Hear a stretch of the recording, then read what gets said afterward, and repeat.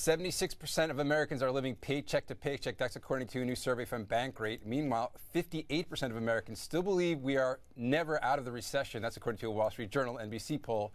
Joining us now is James Altucher, whose latest book, Choose Yourself, Be Happy, Make Millions, and Live the Dream, attempts to be an antidote to all this negativity. So, James, welcome again, first of all. Thanks for having me on. So, first of all, the premise of the book is this idea that you have that the middle class is dying and that these jobs that have been lost are never coming back. Right. There's a happy ending here, perhaps, but what's that premise based on? There is both a happy ending and a sad ending because many people still cling to the safety they think that corporate jobs and their college degree and so on have for them. But we see from all of these statistics that not only are 76 Americans living paycheck to paycheck, but middle class income or just income in general is going down while inflation's going up. So eventually everybody working for corporations are either going to be fired or starved to death. I don't know what's going to happen.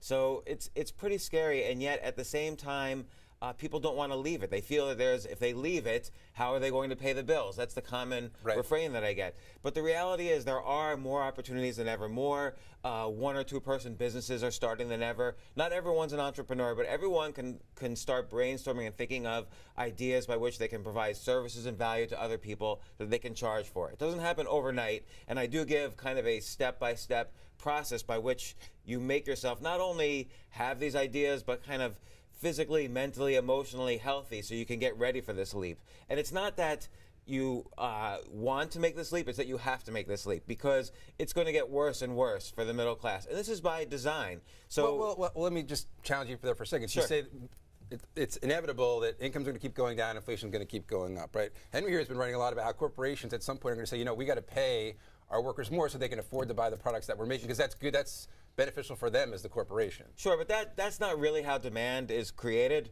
I mean, what's happening right now is corporations want to make more profits, and there's ways to do that. For instance, I'm on the board of a $700 million revenue staffing company. We're seeing it, or I'm seeing it, as the Fortune 500 systematically fires all their employees and outsources to temp staffing companies. I mean, the temp staffing agency is up huge while the economy is only up a little bit, which is why everyone still feels like we're in a recession. I mean, the recession's been over for 4 years, and yet we can't help it. We actually all feel bad. Like, we feel really bad about the economy. But why is it? The economy keeps growing. It's because, again, the middle class is getting fired. The bulk of people are getting either downsized or outsourced or globalized or mobilized, and temp staffers are filling the holes, or people around the world are filling the holes. So again, you have to sort of, at this point, no one's going to pick you. You have to sort of pick yourself. You have to choose yourself, is the title of my book. And there's ways to do it so that you can do it in a very kind of progressive way. It doesn't have to happen overnight, so that eventually you become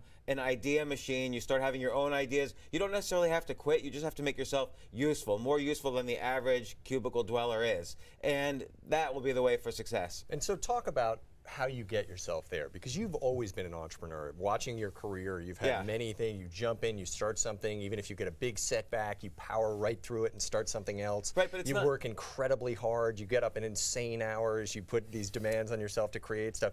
How do you start thinking that way if you've just simply been working in a major corporation forever?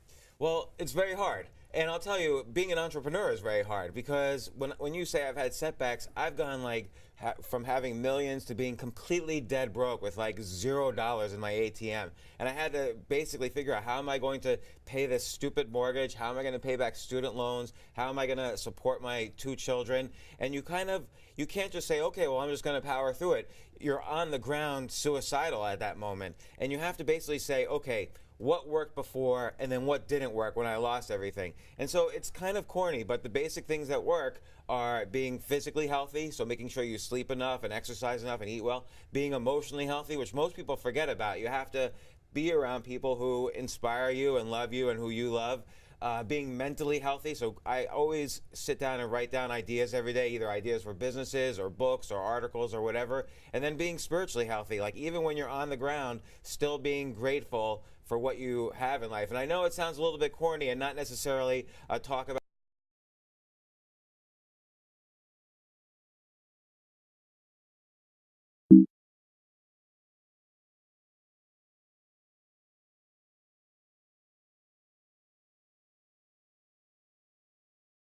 economics, but that's what you have to do to kind of power the batteries back up. It's the only way to kind of do it. And if you do that gradually, again, you're not going to quit the next day, but ideas are going to start to happen to you, and opportunities do start to happen. Because I've seen it now, and not only in my own life, but the people who've written to me after reading, earlier versions of this book and so on.